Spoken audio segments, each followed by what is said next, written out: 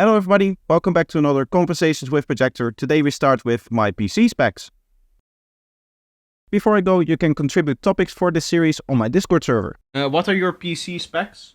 I have currently 32 gigabytes of RAM. That's going to go up to 64 because I ordered 2 more sticks.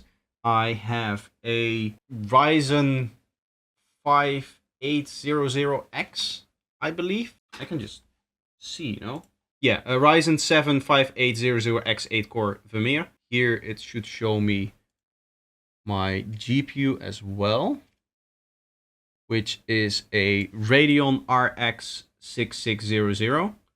And then I have a lot of discs, I guess.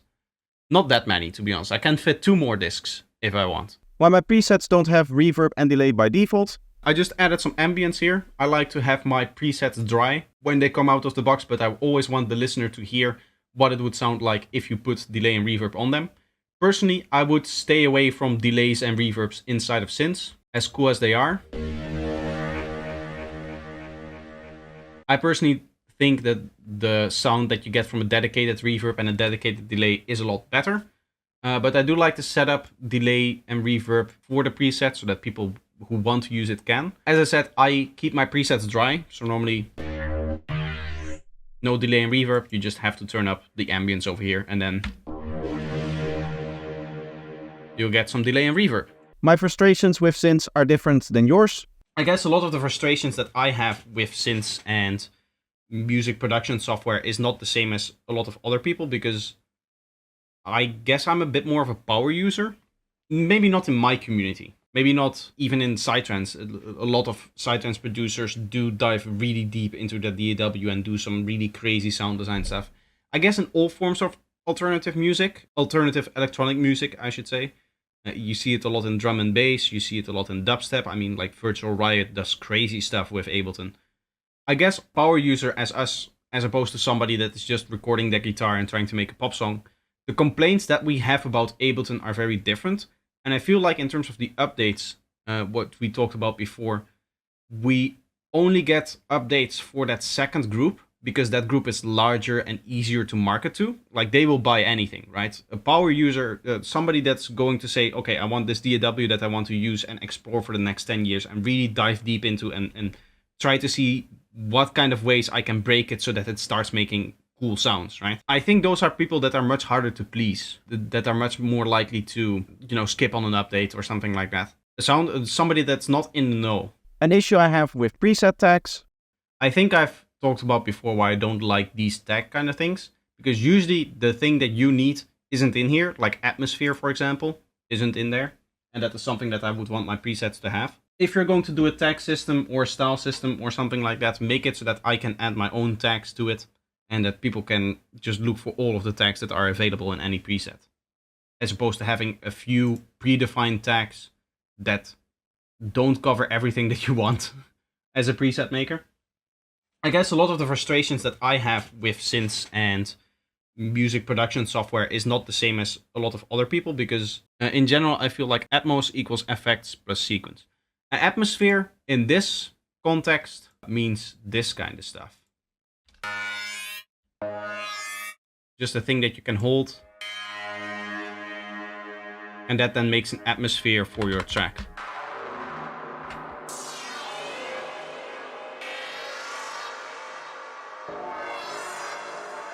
Like an atmospheric sound, this is not really something that would be considered a lead.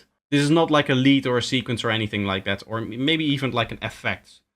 When I say effect, I mean maybe like a downlifter, a riser, stuff like that is more effects for me, which this also has. This has some other like effect like stuff which maybe like has an impact and such. Again, with the ambience. But if I go to maybe some other atmospheres over here,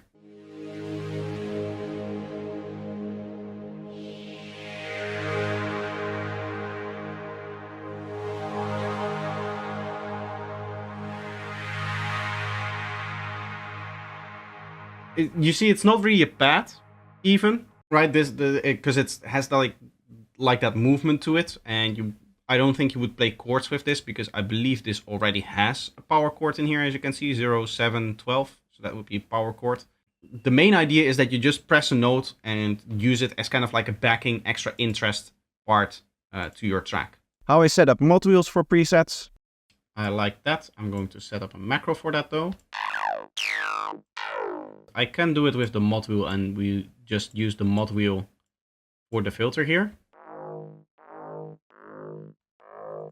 Again, for the modulation, that means that we need to set up a remap that looks somewhat like this. What this essentially does, for those that don't know, is it makes sure that when the mod wheel is all the way down, you're going to have your original modulations that you want on there. So these modulations over here, number 6 and number 1. So the LFO going to the filter cutoff, and number 6 over here, the randomness going to the filter cutoff. And as soon as you turn up the mod wheel over here, it will turn down the modulation from these two, and instead it will use this modulation over here. So it's kind of like an override for the modulation that is normally there. So normally you get this, and now you can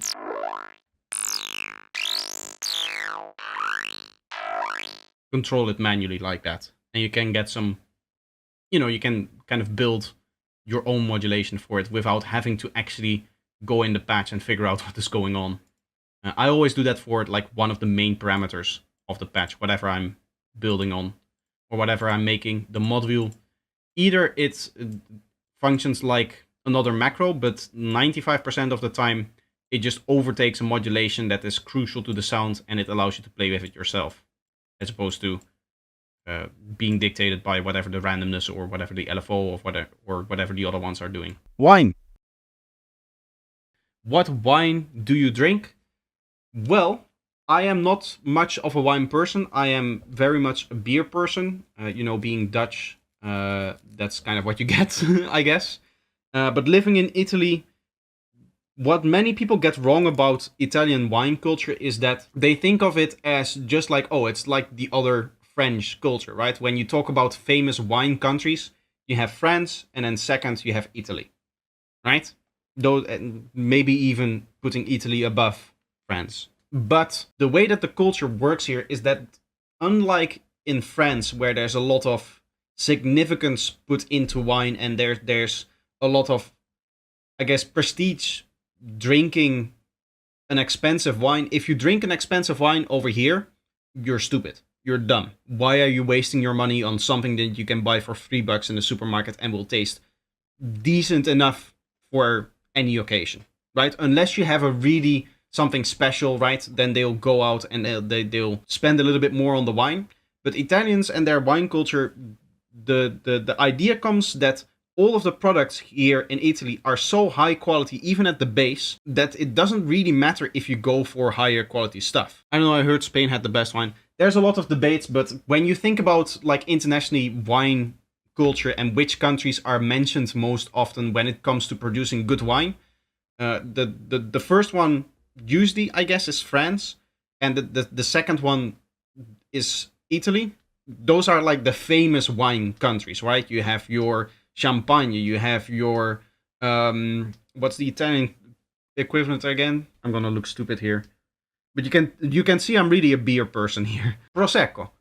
You have your Prosecco, you have, I don't know, the all of the different little wine canteens over here, all of the different, not the olives, but the all of the different grapes that they have over here. Multipeciano, the what's it called? Verdicchio, those are all of the grapes from where my parents live. I only know the local stuff. And those aren't famous grapes, by the way. But every region has its grape, and the Champagne region is very pristine and that kind of stuff. And Italy also has some regions like that. They have the Barolo, which tend to be very expensive wines. Like, if you get a Barolo for $50, then you get a good deal kind of thing, right? It's not the same as in I believe in France, where they can really, I guess, upsell a wine at the end of the day. They can really try to add more value to it. Whereas here in Italy, when you go out for a wine, you just take the house wine. You just take whatever they have, and it will always be good wine. And it's not just like that for the wines. It's with everything. If you go out to a restaurant and you're seated down in plastic seats with one of those paper plates that they put in front of you with plastic cutlery and stuff like that, you'll still get good food. I remember before moving here, my parents used to go here all the time on vacation, and we would come along with them, obviously. And we were in some coast region somewhere up north, I believe near Genoa. And we walked into this restaurant. We hadn't eaten all day. We had done like a long walk through the city, whatever. And we were in a coast region, so you're going to get good fish in a coast region, right?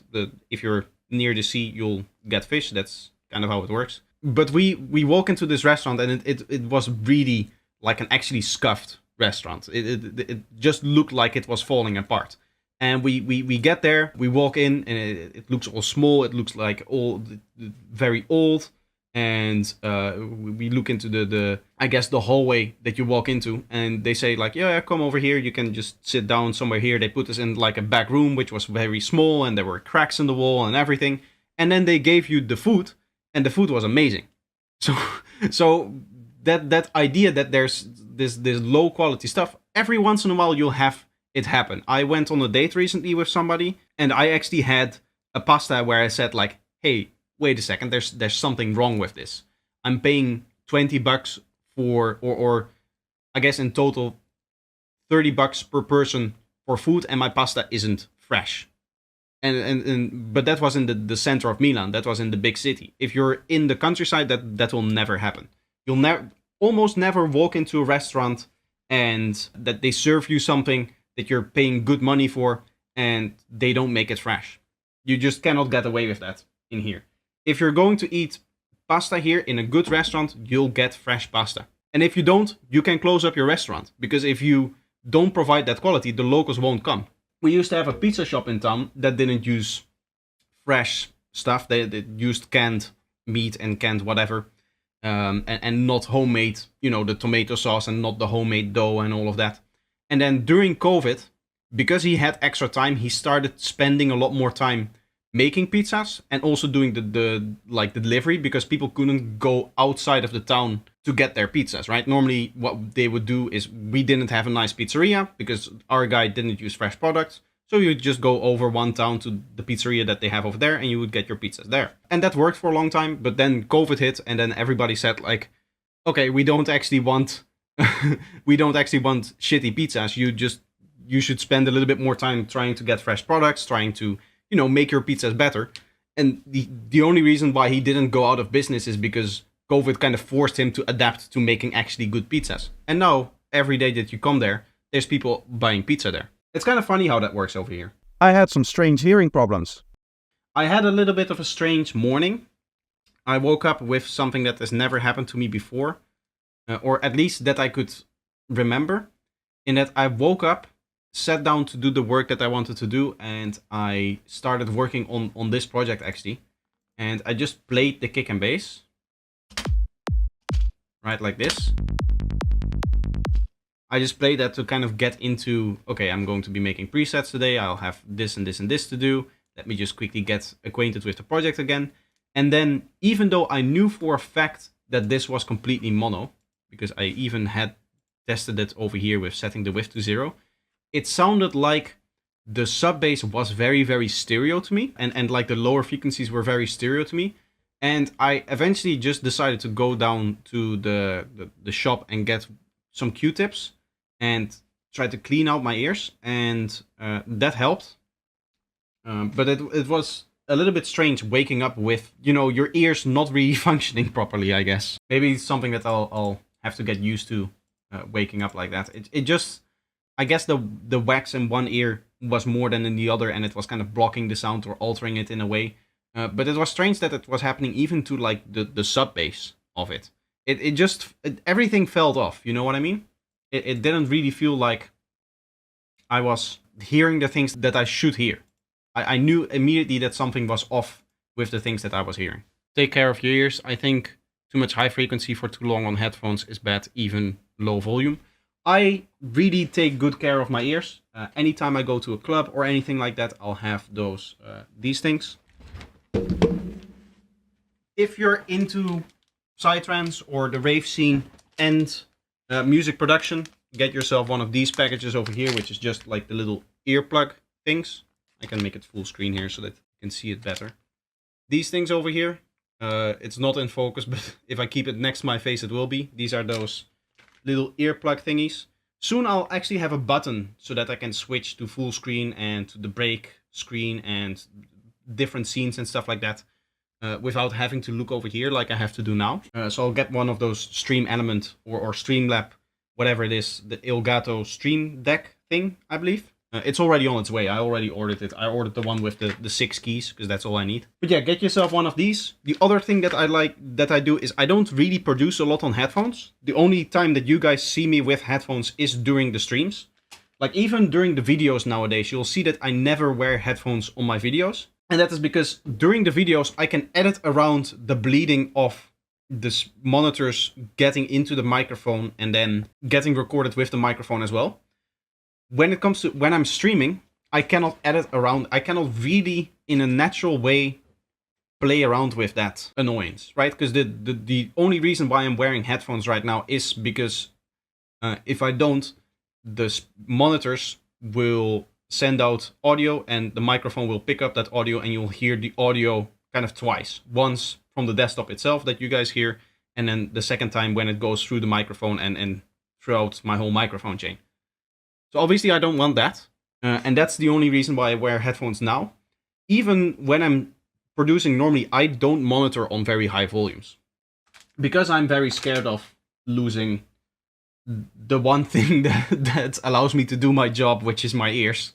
I do really try to take good care for them. So that's it for today. I hope you enjoyed this one. Let me know if you did by leaving a like and making sure that you're subscribed. I hope to see you again in the next one. Bye bye.